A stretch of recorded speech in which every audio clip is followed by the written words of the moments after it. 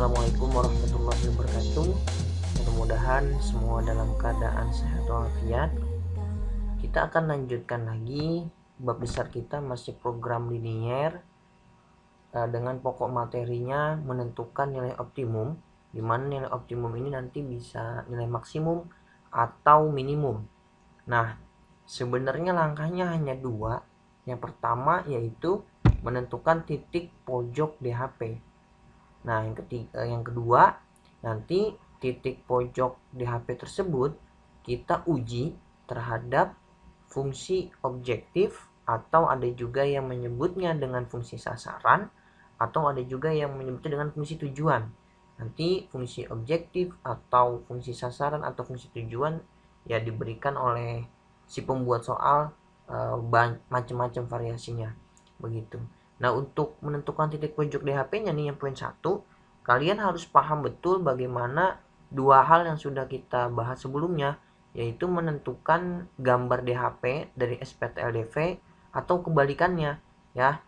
Kita menentukan SPTLDV dari DHP plus kita menentukan titik potong di antara dua garis, karena itu akan sangat terpakai untuk pembelajaran selanjutnya, bagaimana menentukan nilai maksimum atau minimum ini. Oke, langsung saja ya, karena langkahnya sebenarnya hanya ini. Kita akan langsung masuk ke contoh soal.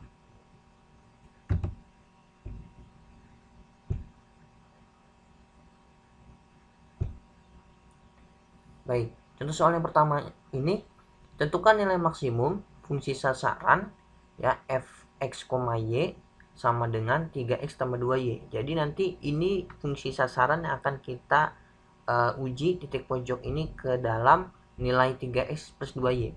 Nah, untuk contoh pertama ini yang diberikannya itu sudah gambar DHP. Kita lihat ya, ini dikasih warna arsir, kemudian juga sudah diberikan tambahan lagi keterangan di sini HP, himpunan penyelesaian. Jadi gambar DHP-nya itu ini. Nah, tadi kan langkah yang pertamanya adalah menentukan titik pojok dari DHP tersebut. Nah, kalau kita lihat DHP-nya ini, mana yang dibilang titik pojok? Nah, titik pojok itu berarti ini ya. Nah, ini tentu saja 0,0 ya. Pusat dari koordinat 0,0. Nah, kemudian dikasih nama nih ada titik A, titik B, titik C ya. Jadi titik pojoknya dari DHP ini, kalau titik A itu kan kelihatan dari gambar ya. Titik A itu koordinatnya adalah 0,6. Hati-hati ya, nyebut titik itu harus lengkap ya, x, y, jangan kamu nyebut 6 saja, salah. Tapi kan titik A ini adalah 0,6 kan, x-nya 0, y-nya 6. Nah, titik B nanti selanjutnya akan kita bahas. Nah, titik C ini juga sudah kelihatan dari gambar, yaitu 6,0. Hati-hati, ini 6,0, ini 0,6.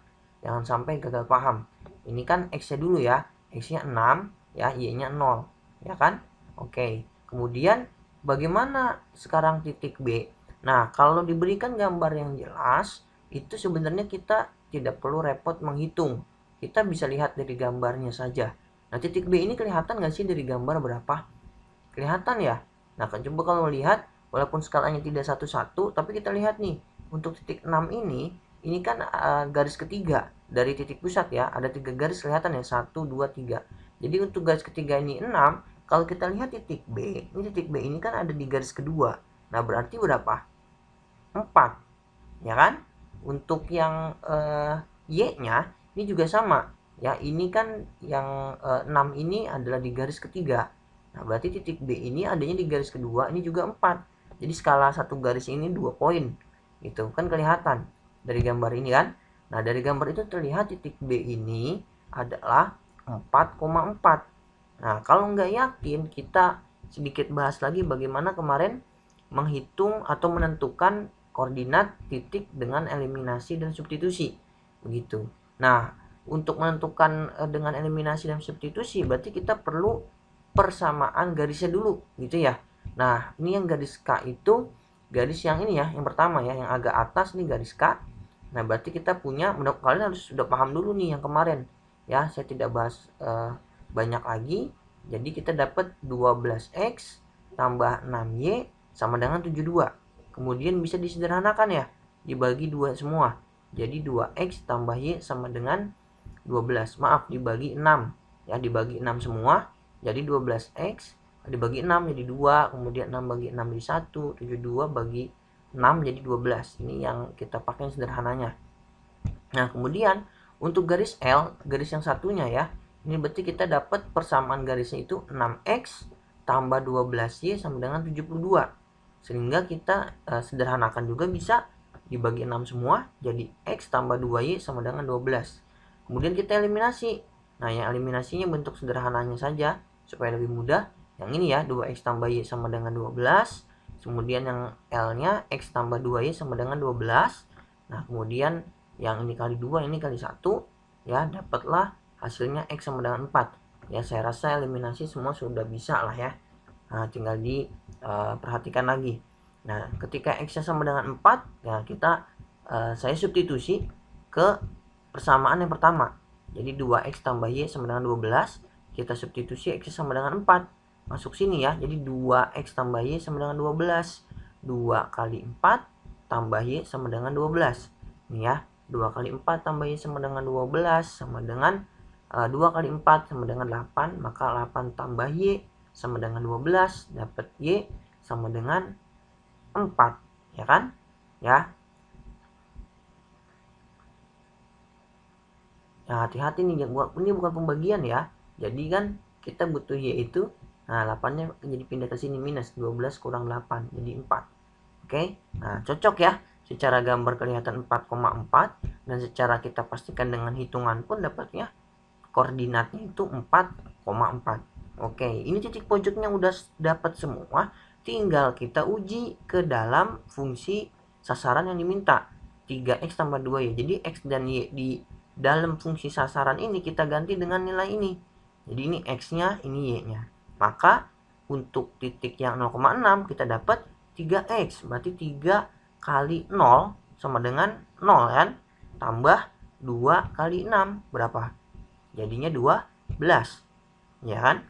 Untuk titik yang 4,4 substitusi ke sini. Berarti 3X. 3 kali 4 berapa? 12. Ditambah 2Y. Berarti 2 kali 4 berapa? 8. 12 tambah 8 berapa? 20. Terus yang 6,0 3X berarti 3 kali 6 18. 2Y berarti 2 kali 0 0. Jadinya dapat 18. Nah, kalau yang 0,0 tentu saja masuk sini kan semua 0. Ini 0 ya. Nah, pertanyaan itu apa? Nilai maksimum, hati-hati. Ya, yang ditanya nilai maksimum, maka nilai maksimum itu yang terbesar kan?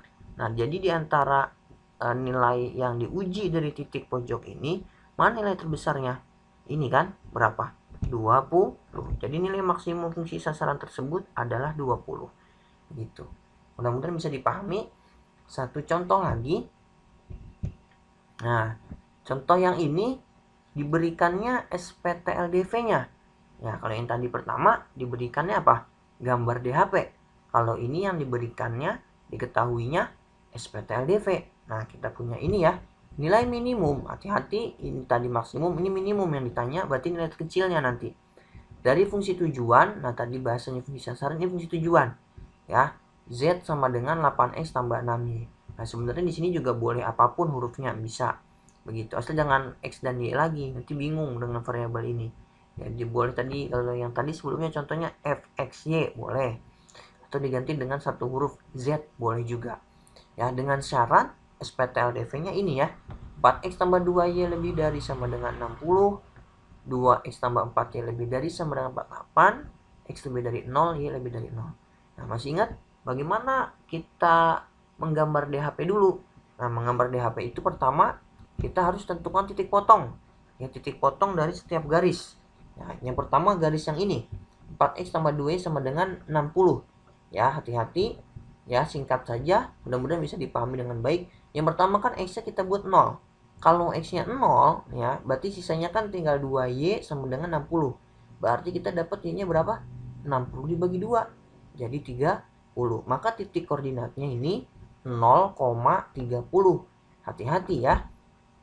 Nah, kalau kamu bikin tabel jangan saya lihat ke bawah nanti, ke samping. Ya, jadi X, Y. Ya, pasang-pasanginnya X dan Y gitu. Tadi X-nya 0. Sekarang kalau Y-nya yang 0. Y-nya yang 0, maka kita punya 4X sama dengan 60. Maka kita dapat X-nya sama dengan 60 bagi 4, 15. Gitu kan? Jadi titik potong di sumbunya untuk garis ini 0,30 dan 15,0. Oke, kita punya di sini ya 0,30, hati-hati jangan salah lihat. Kemudian yang satunya 15,0. Ini 15,0 yang ini. Oke. Nah, untuk yang keduanya ini, garis yang kedua, berarti kita punya titik potongnya berapa? Nah, jangan lupa nih setelah dapat titik potong kita tarik garis. Nah, tarik garis. Oke, ini garis yang pertama. Nah, ini garis yang kedua, berarti kita punya titik potongnya seperti tadi. Kalau X-nya 0, nah di sini X-nya 0, berarti kita punya 4Y sama dengan 48. Maka Y adalah 48 dibagi 4, 12. Maka titik yang pertama 0,12. 0,12 ini ya, sudah ada titiknya nih. 0,12. Kemudian kalau Y-nya yang 0, Y-nya yang 0, berarti kita punya 2X sama dengan 48. Maka X sama dengan 48 bagi 2. Jadi 24.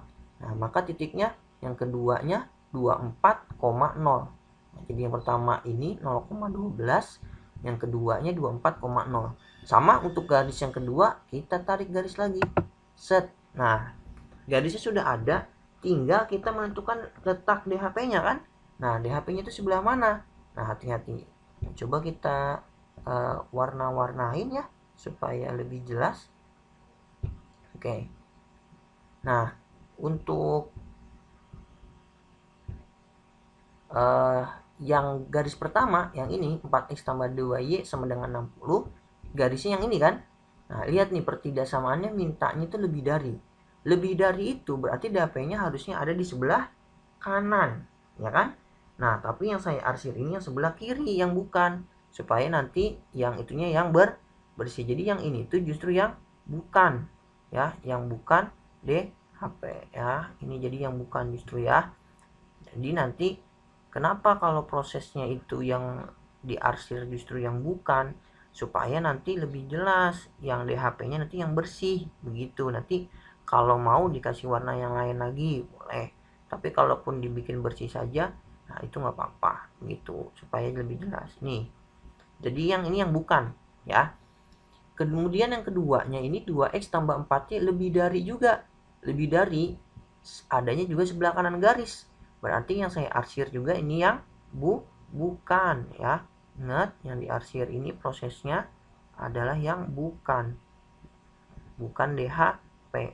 Nah, ini ya. Ya. Nah, kemudian jangan lupa ada X lebih dari 0. X lebih dari 0 itu berarti X positif kan? Berarti yang bukan itu yang X negatif, itu daerah-daerah sebelah kiri gitu ya. Kita lihat, set, kita arsir semua ya. Nah, kemudian ada juga daerah Y lebih dari sama dengan 0, berarti harusnya DHP-nya Y positif kan, sebelah atas. Maka yang bukannya kita arsir yang bawah, itu kan. Nah, ini ya. Nah, ini yang bukan. Nah, kelihatan berarti yang sampai sini ya harusnya. Yang bersihnya itu mana? Yang bersihnya itu yang nggak kena warna ya. Berarti daerah sini. Nih, ini daerah sini yang nggak kena. Itu ya. Coba kita perjelas. Berarti yang DHP adalah daerah sebelah sini. Nih DHP-nya. Nah, ini DHP.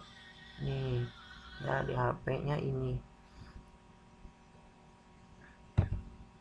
Oke, sebentar. Nah, ini ya DHP-nya. Nah, ini. Nah, ini justru DHP-nya yang hijau ya. Berarti dan seterusnya. Ini jadi DHP-nya sebelah sini. Nah, kemudian kita tentukan titik pojok. Titik pojoknya kelihatan nggak sih? Nah, kelihatan ya. Titik pojoknya itu adalah ini, nih 0,30. Kemudian yang kelihatan lagi ini yang kelihatan jelas nih, 24,0. Nah, tinggal yang ini jangan lupa nih. Yang ini juga ada titik ini kan. Nah, ini juga ada titik. Nah, di sini. Nah, ini titik. berapakah titik ini? Nah, titik di sini tuh kelihatan nggak sih dari gambar? Kelihatan ya. Dari gambar ini kelihatan. Nih, coba. Nih, karena ini ada skalanya jelas nih satu-satu, walaupun angkanya kelihatannya 5 satuan ya, tapi kelihatan nih 10, 11, 12. X-nya 12. Untuk titik Y-nya kita lihat nih. Nah, di atas 5 ini berarti 6 kan? Nah, jadi titik potong yang ini ya, titik pojok yang ini adalah 12,6. Jadi ada 3 titik potong. Maaf, tidak 3 titik pojok. 0,30, kemudian 12,6, kemudian 24,0. Ya, kalau tidak percaya atau kurang yakin, bener nggak sih ini 12,6? Nah, silakan kamu hitung lagi dengan cara eliminasi ya. Eliminasi ini dua ini. Dapatnya harusnya X-nya 12, Y-nya ada 6 begitu ya. Nah, sekarang tinggal disubstitusi ke dalam nilai fungsi tujuan. Nilai fungsi tujuannya yang diminta 8x tambah 6y. Kita substitusi. 8x berarti 8 kali 0. Ya, 0 kan?